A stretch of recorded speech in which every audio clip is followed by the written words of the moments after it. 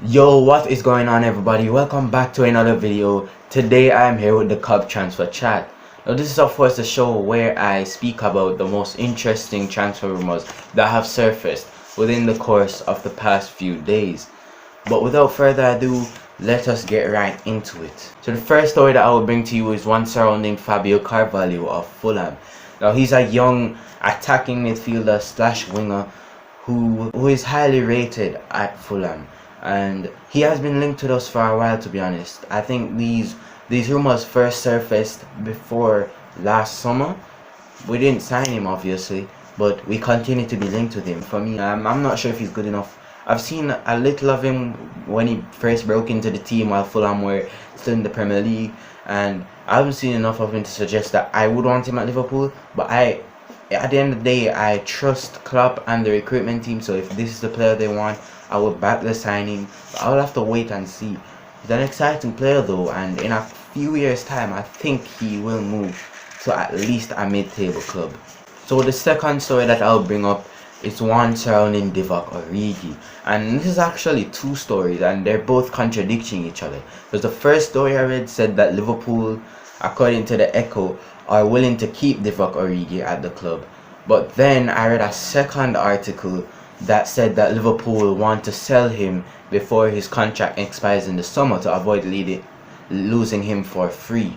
And this is a very interesting predicament for me, because I think we need to upgrade on Divock Origi despite all the good things that he has done for the club.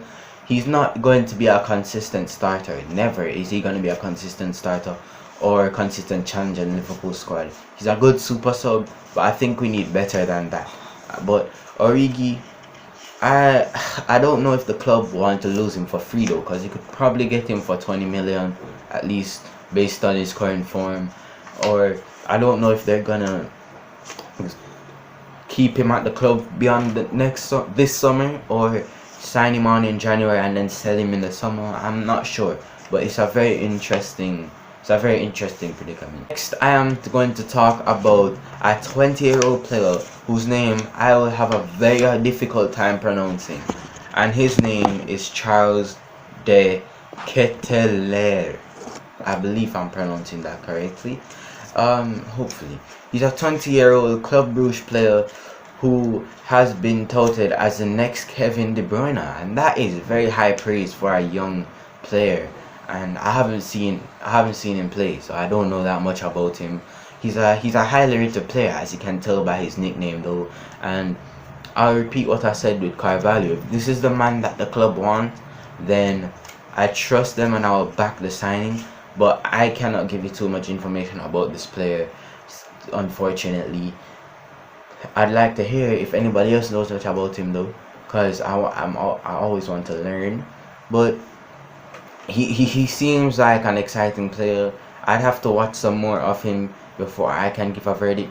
I do think though that we need a midfielder, not a Kevin De Bruyne type midfielder. I think we already have enough creativity with Naby Keita and Thiago, even though they cannot start consistently.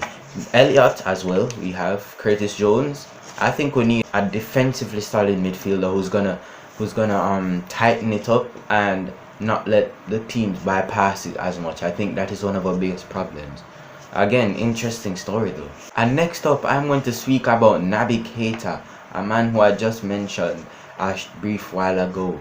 And according to an article by OneFootball, Liverpool are hesitant to keep him, and I think this is down to his injury record. This is very interesting for me because he's a very good player, but I don't think you can afford to keep him in the squad due to his injury record.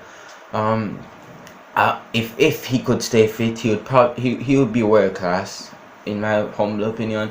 Probably like the opinion of anybody who's seen him play. But I think this is very interesting because I haven't really heard anything before this about the club wanting to sell Naby Keita. But unfortunately, I do think it's time for him to go. If you can't get him to play consistently, there's no point. When we have similar midfielders in the squad already, like James Ramona, Henderson, Thiago, you know, there's Oxlade-Chamberlain. There's no midfielder in the squad who you can say will play every game of the season, almost every game, and which is something that we miss after losing Gini Wijnaldum. But again, interesting story, and it's the first I've heard the club actually speak about this, if it is true, that is. But yeah, I agree with the club. I don't think we can keep Naby Keita for much longer. But although he strikes me as the type of player who's gonna leave Liverpool, go into another league, and then become world class, I can just see it happening. But it's just not meant to be with Naby Keita. Next, I'm gonna talk about probably a very low profile transfer that Liverpool made. It is the sale of Tony Gallagher. Tony Gallagher, not Gallagher from Crystal Palace. It is Tony Gallagher. His name is spelled differently, as you can see right there. But Liverpool have sold him. I don't remember to whom. I don't think the article mentioned it. He's a 20-year-old left back.